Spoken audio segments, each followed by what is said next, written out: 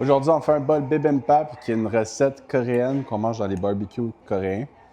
Fait qu'il y a du steak, il y a du riz, il y a plein de choses. C'est vraiment bon. Si tu veux la recette, écoute ça. Fait que premièrement, si tu veux la sauce bibimbap, tu peux écrire en commentaire sauce. Je vais t'envoyer ça. Fait que c'est vraiment bon. Puis tout est transformé en fitness. Fait que premièrement, la protéine, ça va toujours rester de la viande à fondue. Ça, c'est de la plus qualité au IGA. Puis un œuf. OK? Fait que les quantités, tu prends les quantités que tu as besoin.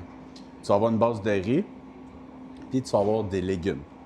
Fait que là, vu qu'on est sur Instagram, je peux pas prendre 8 minutes pour faire vidéo. Fait que c'est pour ça que j'ai pris, dans la recette, les macros, c'est pour 125 g de viande à fondue. Après ça, 100 g de riz. Moi, j'ai pris riz à sushi que j'avais déjà dans mon frigidaire. Un œuf, une tasse de fèves germées, une tasse de champignons, une demi-tasse de carottes, puis une tasse d'épinards. Okay? On va faire cuire à température élevée la viande, puis tu peux la laisser saignante. Fait 1-2 minutes de chaque côté. Puis là, on va faire la sauce à part. Fait que ça, c'est une autre recette. On va faire cuire l'œuf. L'œuf, on va le faire juste à poêle d'eau, un petit peu d'huile ou un petit peu de beurre. On va mettre à 1 à 2. Puis le truc, c'est à une poêle que, étant désir, vous faites pour ça. Puis en fait, tu vas juste le tourner. Moi, personnellement, j'aime pas l'œuf qui coule. Fait que je vais le faire un peu plus cuit. Mais normalement, c'est juste un œuf tourné. Puis les légumes, pour les faire cuire à vapeur, c'est ça le truc. On va mettre notre feu à moyen élevé. OK? Fait que mettons 5. On va laisser la poêle vraiment chauffer.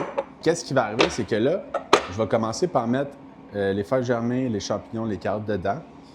Puis je vais mettre 80 ml d'eau. Puis on va le couvrir tout de suite. Fait qu'est-ce qui va faire ça? C'est qu'il y a assez d'eau. Il n'y a pas trop d'eau pour que ça boue, mais il y a assez d'eau pour faire de la vapeur. Puis ça, il faut que tu fasses cuire ça 5 minutes.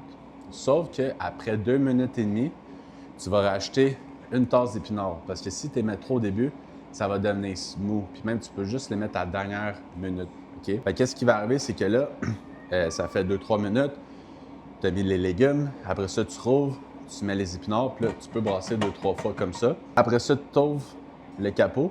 Tu laisses évaporer l'eau de 30 à 60 secondes jusqu'à temps qu'il n'y en ait pas.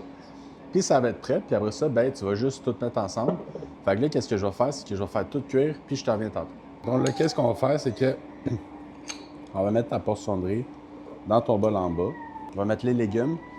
Les légumes, j'ai mis la sauce soya, du sel, du poivre. Puis qu'on va rajouter notre viande que j'ai fait cuire par-dessus. On va rajouter un œuf. Qu'est-ce qu'on va faire? C'est qu'on va rajouter la sauce bibimbap. Fait que si ça n'a pas de l'air extraordinaire, je sais pas ça ressemble à quoi. Ça te fait un bol bibimbap, une recette coréenne optimale. Puis les macros, c'est 34 g de protéines, 40 g de glucides.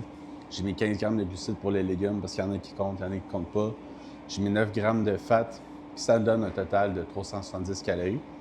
Fait que si tu veux des recettes comme ça, n'hésite pas à m'écrire, ça me fait plaisir. Abonne-toi, puis à déniaiser de force.